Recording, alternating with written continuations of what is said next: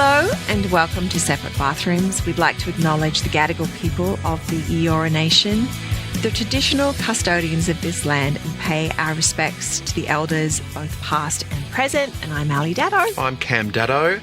We were so blessed to have Maggie Dent in the studio last week. The conversation, we couldn't stop.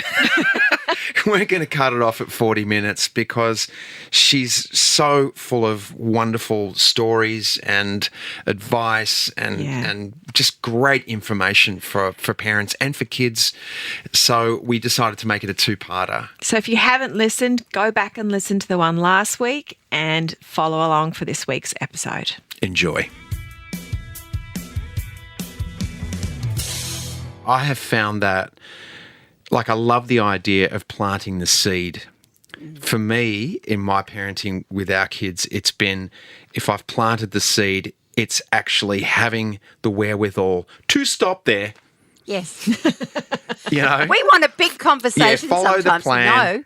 Many conversations. Yeah, that's it. Many conversations. I think that's little, just step by step. I call them doable chunks, and just do them in doable chunks rather than if you look at that whole big picture, it's really hard. But if you break it down into those doable chunks, it makes it a lot easier. And also, what really is helpful is that you've also had awkward conversations over many years before they've become a teen about our expectations, and it could be a bit bumpy, and I've heard that this is happening, and I just need to have a conversation about, your private parts or your body awareness, and I want to know, have you got the idea of consent yet? I know you're just going to have a million conversations. So often there are times a parent says to me, "Oh, Maggie, so when do I have to chat to my son about sex?" And I said, "How old is he?" 14. I went, "Oh."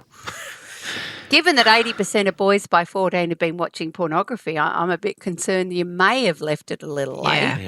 Start now. Start now. And usually with that one, when you start that seed about, sex and all that, I reckon you sow the seed in the car doing 110K an hour because they can't get out. So you're just going to say something like, "Do you know, one day I hope you have fantastic sex because it's a fabulous thing to share your body with another person with joy and enthusiasm," and you just keep driving and you say nothing else. Well, that's the kids going, "Oh, I don't want to know about Guess that." What Mum just said. But it's great. But the thing that always fascinates me about parents too is that it's like they've forgotten that they were ever teenagers. Yeah. And it's hang on a minute, you did this and you did that and you've done way worse than what our kids doing. Sorry, I'm like And remember when you were a teenager, remember the actions that you were doing, the things you were doing. What our kids doing is completely normal. It's what they're meant to do in a way. Yeah. So agreed. And so Maggie, just before, because my brain will let this slip through to the keeper, you did say 14. You might have left it a little bit late. What actually is the age? Is it 10? Are you dropping that seed? Oh, true. 10, 11, or what is it? Even before that, I think you follow your children's leads. Okay. That they'll come to you and say, "I saw this and it was a bit gross." So sometimes we have to let them know you might see pictures or videos online that are with people with no clothes on doing things. Let me know about that, and we can. So you have to sow a few little seeds along the way. But I think the one about sex is we so often and we think, "Oh, sex ed's been covered in school in year 5, 6 and 7. Great." Mm-hmm. But I think you could probably remember that most of the time, they were just putting condoms on bananas and carrots, which that's actually not sexual intimacy. And I think we're shifting now in our world that, you can be sexually intimate with another human with great consent, that doesn't necessarily have to be the person you live with for the rest of your life. Mm. So it's shifted. The hookup culture has shifted, and what we do know is unfortunately the way that many of our boys are marinated with this misogynistic kind of stuff, which is, of course, the algorithms of big tech, means they're developing a very different awareness around it to what you would have had as a boy, probably wanting to find where the adult books were in the newsagent because that was about it. Does that make sense? So we're really counteracting a very different perception of the role of males and females in intimacy. Yeah. And I think that's a big challenge for us, that sense of entitlement, that sense of, that's what, and in the book there were girls that said this is just what you have to do nowadays. Yeah. Oral sex is just what we have to do with the boys now. And I'm going, excuse me? Yeah. So it's a big world, even though we know statistically the majority are having sex later. Many of them are not drinking. Yeah. And around 20 to 23%, I heard that from a brilliant researcher recently, are just not touching alcohol till their 20s, whereas that was very different 20 years ago. Absolutely. So, as I said, we can't just paint it all bad, but what we are seeing is an increase in sexual violence, an increase in sexual harassment, particularly in our schools towards girls and female teachers, which is at a different level. There was always the crazy banter, hey, hottie, come and lay your body against me, all that sort of stuff. Now there are rape threats. And there are sexual groaning, and there are boys pushing themselves up against girls and groping them on stairways that did not happen about 3 years ago. So all of those that are in our school, that's another reason why female teachers are leaving. Yeah. So we have to be part of that solution. We can't just rely on the school getting somebody in to talk about it. Yep. We all have to be putting forward that conversation about respectful relationships, so that they get an idea that that's actually not okay, but I don't even know what is okay. Yeah. Right. And our modelling, there's no question, our modelling in our homes is huge. But we do both have to have those conversations about what I expect you to be when you grow up. Yeah. I mean, and obviously you would know the levels of, partner violence is just, through the roof at the moment. Where do we, what would be your best, I mean, obviously you're talking about modelling at home. Where do we start with our boys? Because we can talk to our girls about consent, but if we've got a boy, and our youngest has talked about that. He's like, oh, he just thought he could wear me down, and he had all of his mates telling him that. Even dad, his dad was saying, just keep asking until she says yes. It's like that's coercive control. So it's like, how do we shift it away from where we're traveling with this? Is it as you said, is it a whole issue within school, home, society? Do we need a program in schools? Where do we go? Well, I think it's, the reason I've become a boy champion was that there are things we can do in the first 5 years that around healthy boundaries. That means that is a no, and a no is no. Yeah. So it'll be a no. So if your boundaries are weak around whoever's been your significant carers, then you just think, well, you just keep at them till they cave. So it does start quite early. You're quite right. But it is a specific conversation that, and there's some beautiful stuff out there about consent that, it starts really early with when people want to, grab your baby and give them a hug and your baby's got their face going like this, or, grandparents who want to pounce in and hug you without the kids being ready or wanting it. So there are some really awkward ways that we move towards that later. But I think that one about wearing them down and coercive control, that has obviously been a part of what they've seen as acceptable. Yeah. And so what often works better is, watching a show, watching a movie, and there are some teenage-based programs, like Heartbreak High and things that you could watch with your teen and go, wow, that's crossing a line. I talk about crossing the line, and I think that metaphor really resonates. It's the same with banter. It doesn't, Cameron. There's times banter and teasing crosses a line, right? And I think that's a conversation we have to have many, many times with our boys. And that's why, when they stop listening to mum and dad because they don't know what they're talking about in this window, that is when we need those other lighthouse figures who are significant, uncles, grandparents, coaches, or really awesome teachers, who you might have a whisper in their ear and they will have the conversation for you around, I really don't like the way that you're speaking to the girls in the class at the moment. I know you can do better than that, mate. So we don't shame them. We just sow a seed of positivity because boys respond to that so much more than they do with punishment and shame. Yep. And yet that's still mostly what they cop. Yeah. And as soon as you push back, like nobody nobody, even a tiny toddler of 2, likes being told what to do because we had this thing called counter will. So I think what we keep doing in the teenage years, we keep telling what we don't want. Yeah. Instead of turning and this is what is a much better option. This is a better choice, or this is a way of saying that. And therefore we show them what's better rather than just keep punishing what's not okay. Sure. Yeah. Because technically behaviorism works best for rats.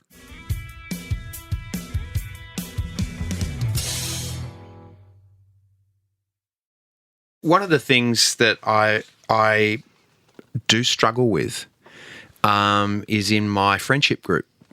And like when I play golf and I'm in my foursome and I hear comments from other golfers, we'll be sitting in there having a beer afterwards, and it's the banter that happens. And I have moments where I've actually had to say, if you're going to keep going on this line, I can't be here for this. I can't be listening. And unfortunately, there's been times where, oh, well, he's a dickhead, Cam's a dickhead, or whatever, and I'm the one on the outer, and I'm not invited anymore because we got to watch what we say around him. And the complaint with men my age who were raised a certain way by fathers of a certain generation is that they're pretty bitter about, we can't make the same jokes anymore. We can't, do this, and we can't see this or behave like that anymore. And it's really tricky for some guys, I think, because they want to have their friendships. That's their way of connecting with other mates, sort of thing. Yeah, and it's tough because it takes bravery to do it, but there is a cost to it if other people are unwilling to have a look at it. Yeah. So this idea of planting seeds, it's great, and modelling that for the younger men coming through, I think it's really important. It can be really tricky, and sometimes it's like, I don't want to do that anymore. Also, those social norms are so deeply embedded, and you'll tend to find, we talk about grumpy old men. There is a perception as men get older that they get even more resistant to change. And so in that situation, you're absolutely right. You will be the woke guy. I'm the guy. I'm that guy. You're the woke guy, right? Yeah. And what I'm going to tell you is really good news is that there was a time that when men met for a beer, they would never speak about parenting or, their kids. They might say something derogatory about their wife. That was kind of how the bonding. But I'm going to tell you there's a big shift happening. Yeah. And that not only are dads joining up with pram groups, walking together, they meet for coffee and they talk about everything. They're even talking about their mental health. Yeah. So I feel that the older generation that you're talking about, sadly, over 50, gradually they're going to be replaced by a much more aware, like if you've been to a playground lately, good because yours are older, just wander around. There aren't any women there. There are dads with babies tied on and toddlers and just they're out there, right? And these are the ones who are changing those conversations. Great. Because they're actually really seeking some support. And one of the most interesting things is that, when I do a sellout night for dads, they are hungry to be among other men who are putting their kids and their partners at the beginning, in their life right in the front because they want to be a different man, and I think we'll gradually outgrow it. But it's so interesting that also on the Good Enough Dad, the podcast where I did 26 eps, oh my God, there were these beautiful moments when, these are men from all walks of life have been very vulnerable about their muck-ups and their moments where they just thought it's just too hard. And what it was that really made them stick is the love they have for their kids and their partner. Yeah. And the more that men hear of that, then that type of man, I think, you'll find starts to soften around the edges. But it really is actually happening at a grassroots level. So you kind of, there's a new type. I mean, sometimes without saying anything, I think I've spoken to men who said the same thing you said, Cam, and they said, I just get up and I pretend I'm going to the toilet. And I just not there and it just disappear. Yeah. So I don't make a comment about it, I just leave. Yeah. So therefore I'm making a silent statement that guys they often can tune into silence, but when they hear you, they feel very judged and they get even more defensive. Yeah, absolutely. But getting up and leaving will just make I need to get home. Yeah, I'm a bit more that guy now, where I'll just get up and walk away because it's like you said, no one likes to be told what to do. No. And I set up a thing called my men's team, which was for guys to get together and do this talk. And you're not allowed to give advice in the men's team unless you ask for it. And so it was just you can only give your experience about a situation. So you're listening.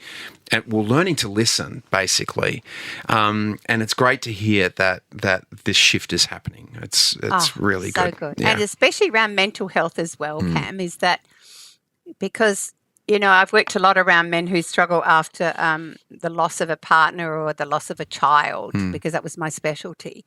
And one of the things that men told me was that I don't want to break down in front of my wife because I when you dig under it, it is so wound into social norms that guys think I'm meant to be the big protector and defender of my partner.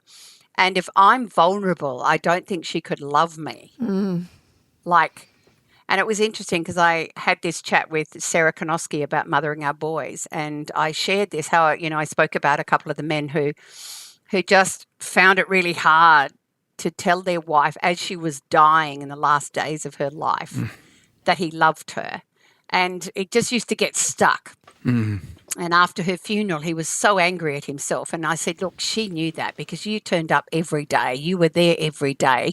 And your two beautiful sons could say the words you couldn't say. And you've done it, right? And then what happened was I kept getting all these emails and messages of how many guys were in a car with either their wife or their daughter, had to pull over because they were sobbing because something that had happened to them when they were a little boy that they were punished with, they'd never shared because they felt they would just be looking like they weren't strong enough for that, and that a woman couldn't love me if she knew the mistake I made. Yeah. And once that starts shifting, we have these much more powerful and stronger, genuinely intimate relationships because no one is perfect. And if we have someone who can hold a safe space for us as we share those big dark moments, it's not about being tough. And I can tell you that there are a lot of really tough women out there who struggle with the same thing. Sure. Yeah, of course. Yeah. It's not because of what gender you're in. It's because of what story I've been told about how I deal with failure and disappointment. And culture pushes that on boys. You're the man of the house now at the age of 8 because dad's away. No, he's not. He's not the man of the house. He's an 8-year-old boy. He doesn't have to look Toughen after up. mum. Yeah. Toughen up. And you're a pussy. You're gay if you cry. Like, wow. I mean, that's just said over and over again. But I was just thinking of that. That's a lot of my generation. That's all your generation. That's how I got that. Yeah. Dad went away and I was 8 and there were 4 brothers and a sister and you are, so. No. But one of our favourite shows, did you ever watch Ted Lasso? Oh, yes. Right? Like that main character did more, I think, to prove the importance of having a panic attack and crying and the kindness he showed and the vulnerability. It was just so beautiful. And I think so many people connected on however they connected. But what a beautiful example of a man. And he was not any less attractive or strong. He also demonstrated incredible integrity. Yeah. He was who he was, and his values around respecting others and things were just, I must admit, it was a good tonic, wasn't it? Yeah. I think I watched the first one during COVID, so it was exactly what I needed. Oh, it was the perfect timing. It was the perfect beautiful storm of Ted Lasso. It was, so really many good. people loved it. Really good. I think that's a challenge that sometimes we, especially when we've got teens and then they're all in this crazy state, the pressure on them, and that's what came from so many of the voices from the boys and the girls. Isn't it interesting? About 40% of the survey were from boys. I just put it out for any teen, that's what I'm saying. There's a shift in boys wanting to be heard. Yeah.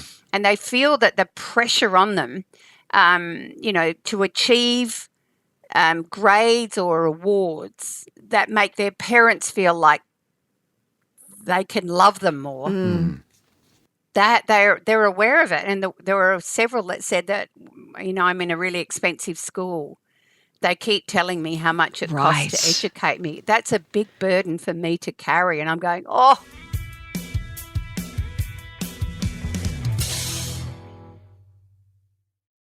What do teens specifically need from their parents to grow into emotionally intelligent people, Oh, that's beautiful. First thing they need is that they absolutely need to know that their parents are going to have their back no matter what. That's a really important one, because we want to be able to know when we muck up, we've always got a safe base to land. There's no question that resilience is actually about relationships, not about capacity. And also that over our childhood, we've been modelled those moments with our parents of what happens when things get hard, that we gather together, that we don't blame and shame. We just come together and work out a plan to go forward.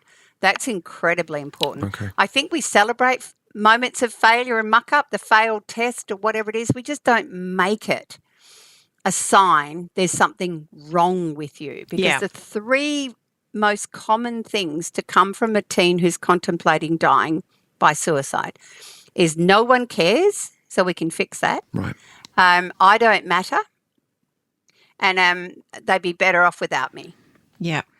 Right? So they're really easy things for parents to. So I keep thinking sometimes in this journey, can we all just lighten the hell up? Yes. Yeah, Can we focus on having more fun? Yes. Can we eat more, cupcakes and pancakes and have fun movie nights? Can we play games together like we did when they were younger? Just around the edges, to know that we can shift the neurochemicals that are causing them stress by the choices we make. Yeah. And I think that's an incredibly important part as we move forward into that space. They also don't want you to should on them. It's so easy, isn't it? They don't want any lecturing. They don't want any shooting. And they don't always want you to tell them what not to do. Yeah. They're the three main things that came up. Stop shooting on us. And also we just want to know that you can genuinely care for us and also my friends. So that notion of a tribe where I want you to know that you don't just care for me, but you care for my friends, doesn't matter what it is. That sometimes having them around for a feed or feeding them randomly or picking them up and giving them rides home, you are showing and modelling something really profound as they go forward in life, that they will value those connections and know that those connections make a difference, because we are a social species and we're meant to be connected to other humans. And when we facilitate that for them, especially after major friendship breakups and heartaches and all those things, it's huge, absolutely huge. How do we know our child is being bullied? What are the signs, and how, as parents, do we step in and help that child? Yeah, there's a long list of those things. There's usually changes in behaviour that gradually happen over time. So you'll find that they will start withdrawing a bit more into their bedrooms. They will be withdrawing from normal activities. Sometimes it impacts whether they're eating, sometimes it's that, or sometimes they start not wanting to hang out with their real friends.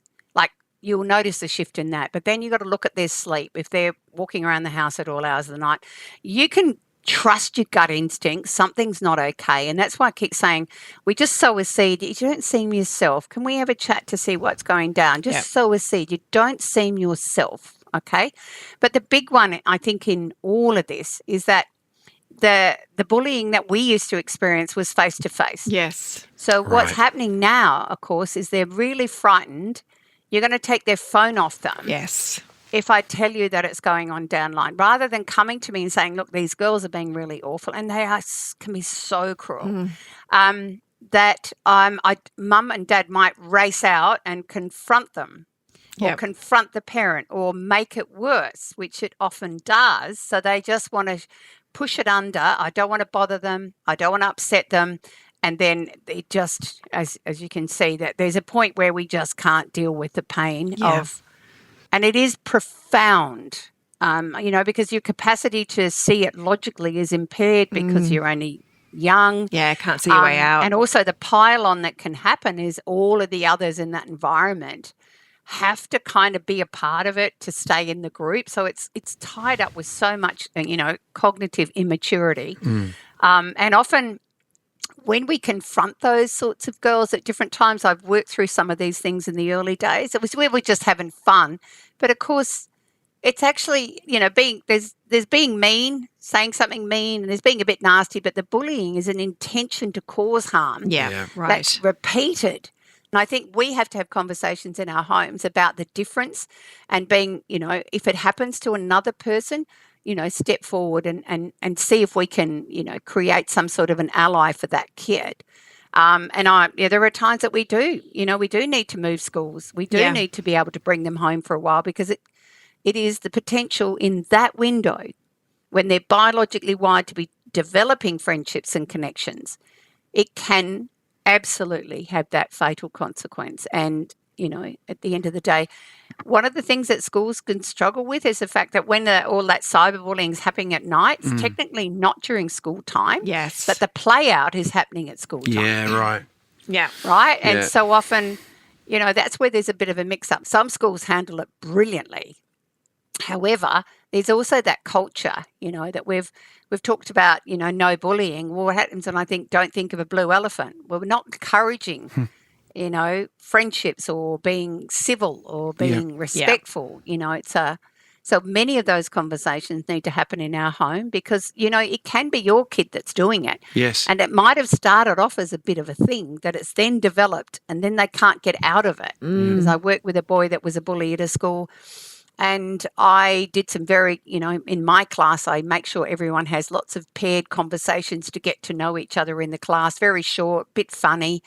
And over time, that boy actually, kids would sit with him, whereas no one wanted to go near him because they realised he wasn't who we thought he was.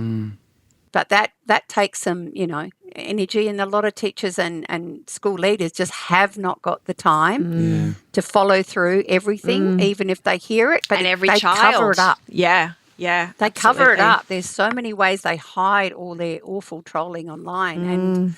But we have to teach them about how to block it. And the E-Safety Commissioner has fabulous stuff. You go straight to that site. We take evidence. We keep it. When we teach our kids to do that when they first get a phone, we've actually got a chance of making these kids accountable earlier. Yeah. I mean, what you're talking about too, I love what you said about mattering, that have the kids know that they matter. And in that situation that you may, as a parent, have to pull your child out or extricate them from a situation, that's further enhancing to them that they will know that they matter to you. That they are important to you. And I guess the fine line with that is as a parent, when do I step in? Yeah. The stepping in is we go to the school and we get the school leadership and the school student services team to be the ones that do the processing. We do not step in to confront either way. It doesn't matter, if you have the best intentions in the world, you're going into bat for your kid and there's a chance you're going to be emotionally volatile. And you can make everything seriously worse for everybody. So again, even though it makes sense and you may even know them casually, what their child's doing is not that adult's, they're not doing it. And they may not even know it's happening either. And then you've leapt in and kind of threatened and, it's just not mature behaviour. We went through our own experience with one of our kids, and that was during COVID, which is exactly what you were saying, because they weren't physically in school, so everything was online learning. So for the school to be taking action on that it was outside of school hours. They were on the screens all the time. I mean, that mental health issue. Yes, kids are still struggling with that time, aren't they? Certain age group of at that age group. She was in year 9, which was like the perfect storm of events. COVID, online bullying, and it was really rough. We did move her out of schools. Really, kind of sad that we do see a lot of bullying with grown-ups. Right, you look at what happens in Parliament, you see what, there are grown-ups who do really poor behaviour. So we really need to call some of that out as we go forward, I think. Yeah, for sure. What's been the most rewarding part of your work with family and children over the years? Oh, look, it happens just it's beautiful because I've been around so long. Yeah. Every now and then I run into somebody Thank who God. recognises me, who comes up and gives me a big hug and says, "Oh my God, you saved my life." Particularly the ones whose mums have died. Yeah. And I became their surrogate mum figure. They just followed what I said, and that they've raised these exceptional kids. Or the mums particularly who didn't kind of understand their boys and then figured out with mothering that went, oh man, they're a lot more sensitive than I thought, who have now got these wonderful teenage boys with a great relationship. And the other one that's really, really special, I think, is when I run into a lot of the dads who now want a hug and a selfie. And they tell me that in their home, they look at each other when the schmick's going down and just go, what would Maggie do? Yeah. Yes. Let's just go and put a kettle on. Let's go and eat chocolate. Let's just go for a walk around the backyard. What would Maggie do? And that really just kind of, because it's that common sense thing that, at the end of the day, stuff happens that is just hard work. But when we can co-parent and kind of know we're both trying hard and we're going to have good days and bad days, that's pretty special. Yeah. I love that. We need T-shirts and bumper stickers. What would Maggie do? There was that bracelet that the Christians were wearing, WWJD. Yeah. What would Jesus do? Yeah, no. It was what would Maggie We do? don't have what would Maggie do. No, I think I want the T-shirt that says no matter what. No matter what? You are loved no matter what. Yeah. I love no matter what. Beautiful. Nothing. Yep, no matter what. We're just going to have to get some merch, can't we, guys? Yeah. It would be great. I've got one question for you. I'll pull this up. It's just from one of our listeners. One of our listeners wrote, what do you say to all the parents that hear you speak and love your message so much, but they feel guilt for the mistakes that they've made along the way? Oh, golly. If they haven't been to one of my seminars, they haven't heard all my mistakes. I think the more that, we're all going to hold some guilt. There's no question we wish we'd been the perfect parent in the moment. But, oh, my God, my cock-ups are so long and extended. And what's really beautiful is that especially when I own, some of the main ones, particularly for Getting Book Week, because it's an international sport now. And I make fun of those things. Apparently it makes their guilt disappear again. Yeah. So please just put the guilt stick down. Put it down. We've had a day where we forgot. I even forgot. We left one at the pool once. Fortunately, he was a state swimmer, so he didn't drown. But I thought Dad had him. Dad thought I had him. At the end of the day, it's just how life goes. But do a head count probably. Yeah. But I am going to say, every parent has got regrets. But if we focus on what we've done that's worked, we focus on the joyful moments, focus on the fun, we can let the guilt go. Yeah. So that's my suggestion. Yeah. And it's never too late, is it, to have healing Never. as well? But no matter how old Come your back child in. is. Yeah. As I say, the rupture, we all have ruptures. Yes. But we can come back in now and just go, holy heck, that was me in a very good moment. I'm going to have a do-over, or I'm going to try and do a little bit better around that. Yeah. Absolutely, which wasn't something that happened in previous generations. Yeah.